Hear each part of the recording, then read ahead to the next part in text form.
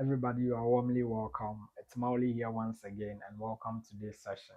In this session, we want to quickly look at how we can place a buy request on Binance. We want to see how we can buy from the P2P, that's the peer-to-peer trading market. And it's worth noting that Binance is the largest cryptocurrency exchanges platform in the world.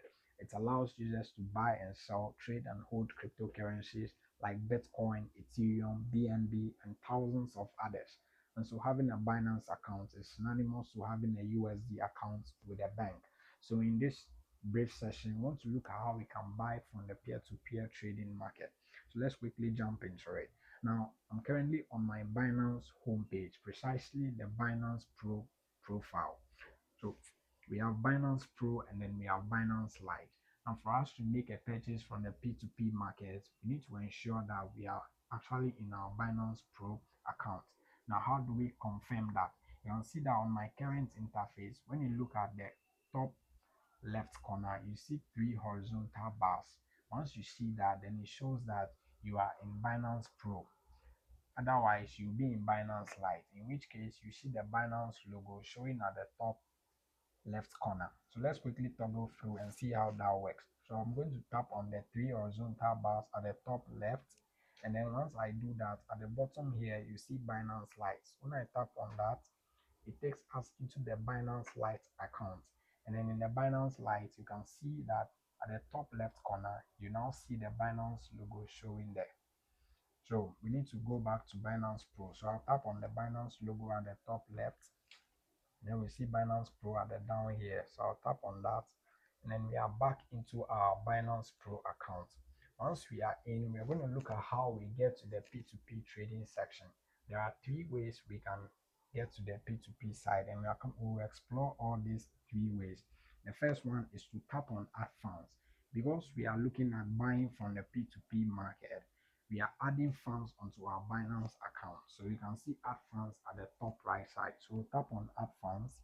In the moment we do that, you see the option showing here says that buy with BDT into bracket P2P. So we can tap on that and it will take us to the P2P market. All right, so we'll go back and look at the second way. The second way is to focus on the bottom side where we have home, market, trade, futures, and assets. So we'll tap on assets. And once we tap on assets, the interface that opens, we can see a number of options shown. We have add funds, send, and then transfer. Now you see send if you already have funds sitting on your Binance account. Like currently our account balance is 24.92 USDT. So we have the option to send. So we'll tap on add funds here again, and let's see. Amongst the options that open, we have buy with BDT into bracket P2P. So we can tap on that and it will take us to the P2P trading session. I will go back and look at the other way we can also enter the P2P by tapping on the send we see here. So you tap on send and then the options that open, you can see P2P trading showing here. So we'll tap on that and then it will take us to the P2P section. So amongst all the three ways we have looked at, either of them will bring us to the P2P market. Now we are currently in the P2P market and the profile is currently on sell. Now we'll use sell if we have USDT that we want to sell to an agent in the market. But for the purpose of this illustration, we are in to buy. So put our profile on buy. So keep it on buy. Now, before we proceed, it's worth noting that the P2P market is one of the largest markets you can find. You have millions of participants partaking in the market. And so regardless of the time you want to do transaction, there is always someone up and ready to serve you. This is unlike traditional financial systems that close to the public after a certain time lapse. Usually after working hours, weekends, and holidays, you not find most of the traditional financial systems operating. But the P2P market is operating 24/7. You have millions of participants. So at the time some agents are sleeping, others are wide awake and ready to serve you. So regardless of the time you want to do transaction, you always have someone available to attend to you. So let's proceed. Then before we go on, we need to take notice of a few things. Let's look at the first agent we have here who's offering the USDT at a rate of 12.2. Now the rate is 12.2, and when you look at it, it's slightly higher than the physical dollar because this is the electronic form of the dollar, USDT, Tether. So the electronic dollar has a slightly higher value compared with the physical dollar. So the first agent here is offering us a rate of 12.2. And because we are buying, we are interested in a rate that is lower. Okay, because we are buying, we are interested in someone who is offering us a lower rate.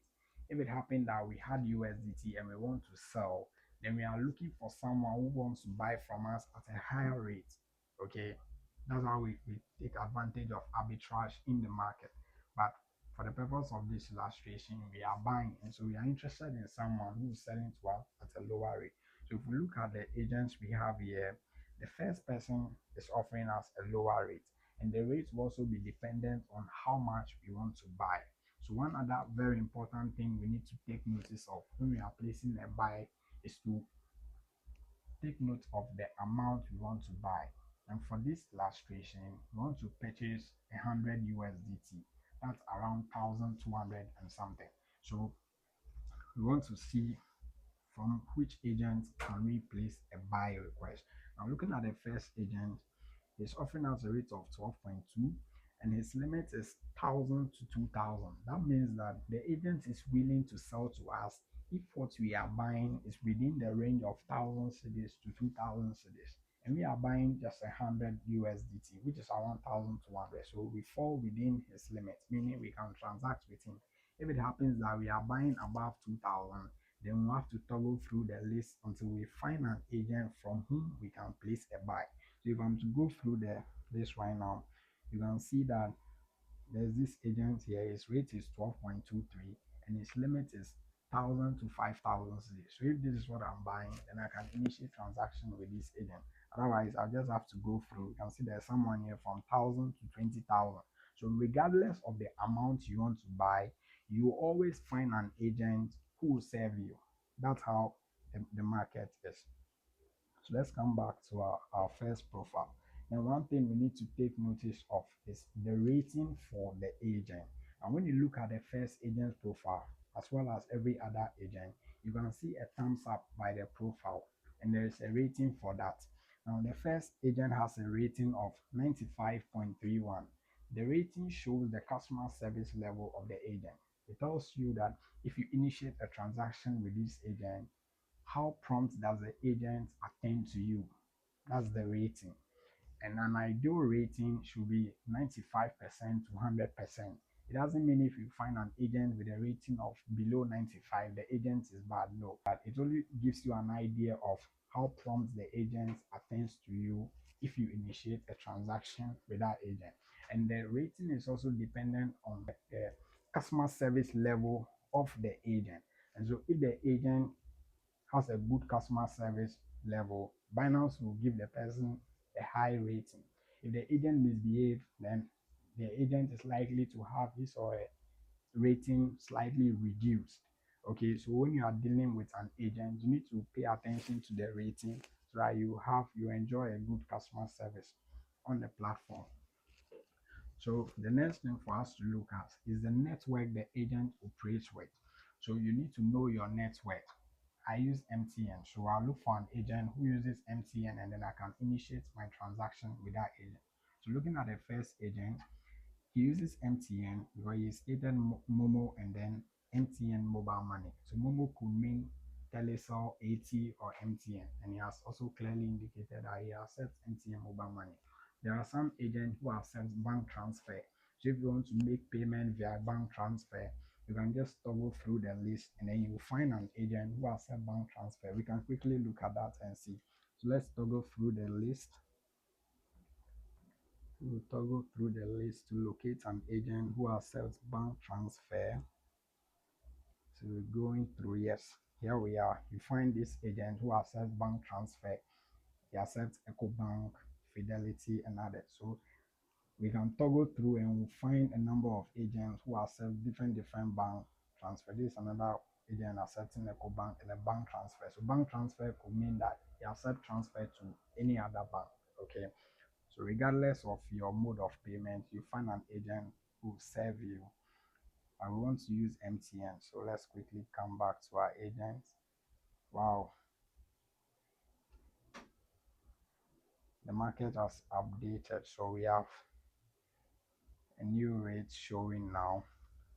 This is a very volatile market and a very busy one for that matter. So from time to time, you find the market moving in different directions. You can find one agent, but if you delay in initiating your buy, someone else would have transacted with the agent, and then that agent will be out of the market. So you need to place your request with a new agent. So we can see the list of agents has updated, and so we now have an agent offering us a rate of 12.21, also accepting mobile money. Let's see the rating for that agent. The agent has a very good rating, which is 99.20.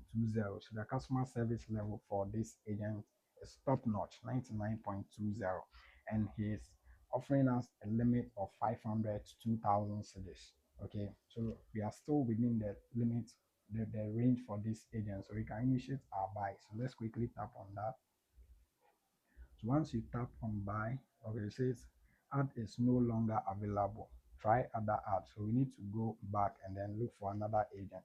So let's look at the next agent. Also has a rating of 99.69. It's offering us a rate of 12.22. Its limit is 600 to 2000 cedis. So we are within that limit. He accepts MTN mobile money. So let's quickly tap on that.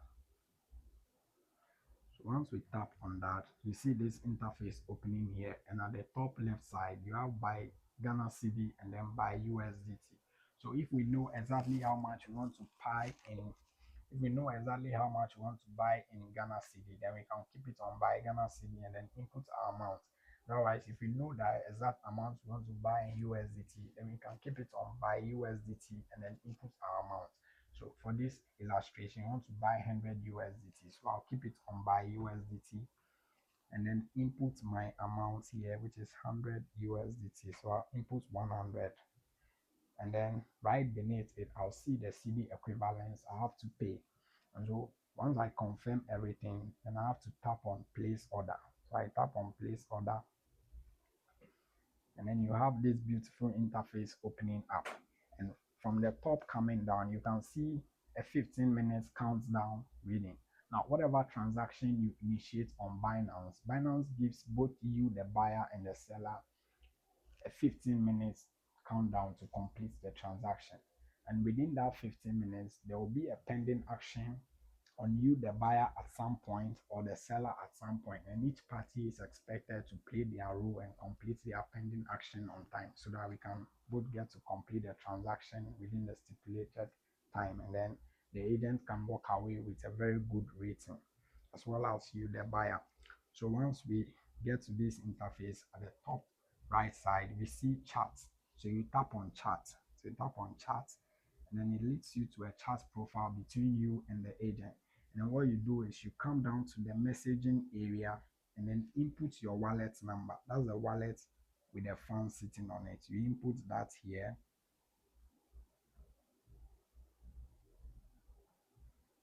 And then you send it to the agent. So you input your number and then send it to the agent. And what you do is you quickly go back and then allow cash out on your number. If you use the MTN app, you can do the cash out from there. So you allow cash out. I usually prefer to use the short code. So, but if you use the app, it's also fantastic. You can allow cash out from there. So I'll quickly allow cash out here. And once cash out is allowed, I'll go back and inform the agents that cash out allowed. So I'll go back and then inform the agents cash out allowed. And once I've allowed cash out, the next thing is to wait for the agent to send me a prompt to authorize the transaction. Okay, so we inform the agent that cash out allowed. So the agent will read that and then process the transaction. It's just similar to the way you go to the Momo agents to do cash out. So the same way you allow cash out and you wait for a prompt. So that's it right here. The prompt has come. So once you receive the prompt from the agent, it's very important for you to check the amount you are to pay. So you can see we have to pay 1,222 cedis. That's exactly how much reflected on Binance when we initiated the transaction. So I'll quickly authorize the transaction once I confirm. And once the payment is authorized, I have to take a screenshot of the payment, which I'll be submitting to Binance as proof that I have completed payment. So once I make payment, I come back to Binance, and then you see at the top right side, you see upload proof, because I need to submit the proof of payment to Binance. Okay, Binance is mediating between the buyer and the seller. So at every point, each party needs to report to Binance that their pending action is completed. So I have to tap on the upload proof, and then you see this plus sign here. You tap on it and then select image. So this is my proof of payment. And then I'll check this small box at the bottom left side. And then you can see at the down here, you see transferred, notify seller. So you tap on that. And then Binance will notify the seller on your behalf. Now, never submit the proof of payment directly in the messaging area. If you do that, it means that you have only informed the agent that you've made payment, and Binance is not aware of that payment. So you need to go through Binance laydown procedures, which is where you go to tap on upload proof, and then you submit to Binance that you have made payment, and then Binance will communicate that to the agent and now mandate the agent to release your assets to you. Okay, so please do take notice of that. Whenever you make payment, go through the laydown procedure to submit the proof of payment to Binance, for Binance to submit it to the agent. That's how Binance get to hold the agent accountable.